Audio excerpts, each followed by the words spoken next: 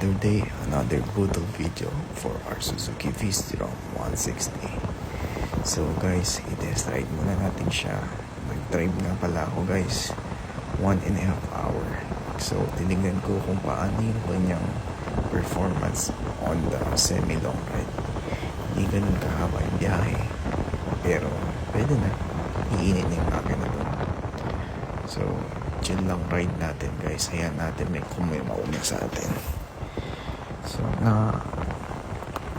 napakaganda dito guys. Hindi ganun kaganda yung daan, pero okay na. And may napansin lang ako sa V-Strom natin guys. Nag-cruise na ba kayo or nag-bakbo na ba kayo ng naka second gear na takbo nyo ay 10 km per hour? Medyo may lagutok siya, pero pag nilagay mo sa first gear, wala na. Siguro normal lang yun, no?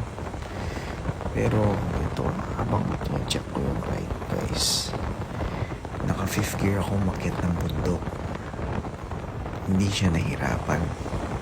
Napakaganda talaga nitong suspension nito guys. Hindi ko alam kung dito lang sa V-Strom or sa mga touring bike. Oops, may nauna sa atin. Ayan natin sila guys. Naka-break-in period pa tayo. Chill ride lang tayo. Pero napakalakas ng turn ng ating Suzuki. Papansinin ko, yung 5th gear, pinakakit ko ng bundok at hindi man siya nahirapan. Napakaganda at smooth na kanyang suspension kung titignan mo. Hindi mo ramdam yung vibration lalo sa high speed. Okay na okay pa rin siya. Follow nyo ako guys para makabili tayo ng action cam para mas maganda yung mga view natin. Diba? Ganda ng view. Wala pa akong pabili ng action cam guys. Follow nyo ako guys para sabay-sabay tayo mabudol mag Suzuki V-Strom 160. Kasi guys, dito ewan ko lang kung dito lang, pero malulubak ka, pero yung pagkalubak mo ay napaka-smooth. Sarap i-drive guys. Siguro yung i-upgrade ko dito yung kanyang handlebars. Maganda yung handlebars ng DR160 guys.